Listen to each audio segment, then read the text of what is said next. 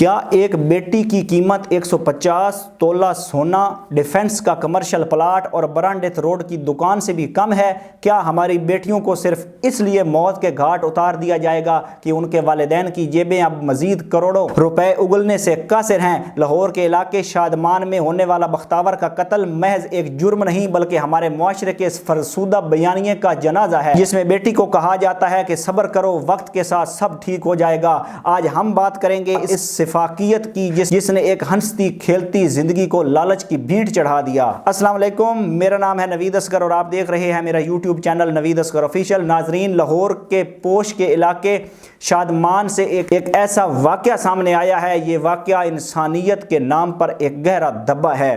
ایک شوہر جس کے قدموں میں اس کے سسرال والوں نے دولت ڈھیر کر دی تھی، اپنی ہی بیوی بختاور کو تیز دھار آلے سے قتل کر دیا۔ یہ واقعہ ہمیں مجبور کرتا ہے کہ ہم اس نظام، اس سوچ اور ان سماجی رویوں پر سوال اٹھائیں جو بیٹیوں کو زندہ درگور کرنے میں برابر کے شریک ہیں۔ تفصیلات کے مطابق لاہور کے علاقے شادمان میں بختاور نامی خاتون کو اس کے شوہر اسماعیل نے انتہائی بے دردی سے قتل کیا۔ پولیس نے مقتولہ کے والد کی مدعیت میں شوہر، ساس اور 3 دیوروں کے خلاف مقدمہ درج کر لیا، لیکن اس ایف آئی آر میں جو حقائق سامنے آئے ہیں وہ کسی بھی ذی شعور انسان کے رونگٹے کھڑے کرنے کے لیے کافی ہیں۔ مقتولہ بختاور کے والد کے مطابق ان کی بیٹی کی شادی 12 سال قبل اسماعیل سے ہوئی تھی۔ شادی کے موقع پر بیٹی کو 150 تولہ سونا پہنایا گیا تاکہ وہ اپنے گھر میں سکون سے رہ سکے، لیکن افسوس لالچ کا پیالہ کبھی بھرتا نہیں ہے۔ شادی کے فوراً بعد ہی شوہر اور سسرالیوں نے بختاور کو تنگ کرنا اور اسے ذہنی اذیت دینا شروع کر دی۔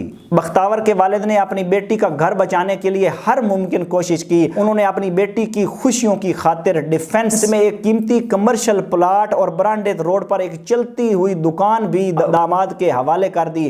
مقصد صرف ایک تھا کہ بیٹی کا گھر بس رہے اور اس کی مالی تنگی یا سسرال کی تلخی کا سامنا نہ کرنا پڑے، مگر حد تو تب ہو گئی جب سسرالیوں کی ہوس مزید بڑھ گئی۔ اب مطالبہ 3.5 کروڑ روپے نقد کا تھا۔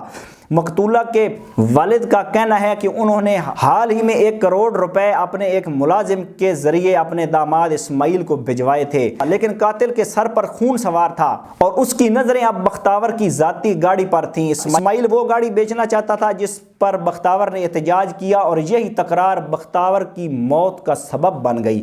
شوہر نے تیز دھار آلے سے اپنی اس جیون ساتھی کا گلا کاٹ دیا جس نے 12 سال اس کے ساتھ گزارے تھے۔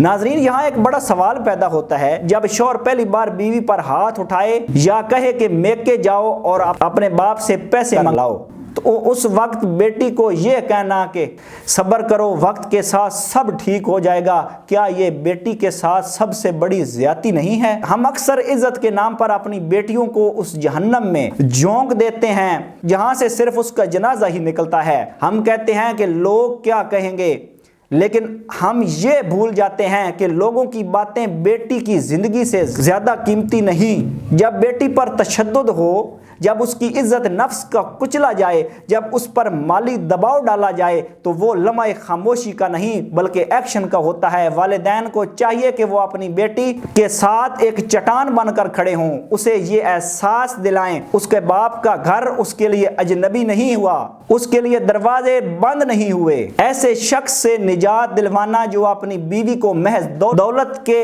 حصول کا ذریعہ سمجھے، والدین کی اولین ذمہ داری ہے۔ بیٹی کو ایک محفوظ، باعزت اور پرسکون زندگی دینا اسے کوئی کمزوری نہیں بلکہ اس کی نئی زندگی کی شروعات ہے۔ ہمیں یہ سمجھنا ہوگا کہ ایک طلاق یافتہ بیٹی ایک مردہ بیٹی سے 1000 درجہ بہتر ہے۔ جہاں تک بچوں کی بات ہے تو ان کے مستقبل کے فیصلے جذبات میں آ کر نہیں بلکہ اللہ تعالیٰ کے مقررہ کردہ اصولوں اور انصاف کے مطابق ہونے چاہیے تاکہ کسی پر زیادتی نہ ہو اور بچوں کی تربیت پر کوئی آنچ نہ آئے۔ اس افسوسناک واقعے کا سب سے بڑا سبق یہ ہے کہ بیٹیوں کو جہیز کے نام پر سونا، پلاٹ اور دکانیں دینے سے کہیں زیادہ ضروری ہے کہ انہیں تعلیم، بہترین تربیت اور خود اعتمادی دی جائے، انہیں اس قابل بنایا جائے کہ وہ اپنے پیروں پر کھڑی ہو سکیں، اپنے حقوق کو پہچان سکیں اور مشکل وقت میں درست فیصلہ کرنے کی ہمت رکھیں۔ اگر بختاور کے پاس یہ اعتماد ہوتا کہ وہ اپنے والدین کے پاس کسی بھی وقت واپس جا سکتی ہے اور اسے وہاں سماجی تانوں کی بجائے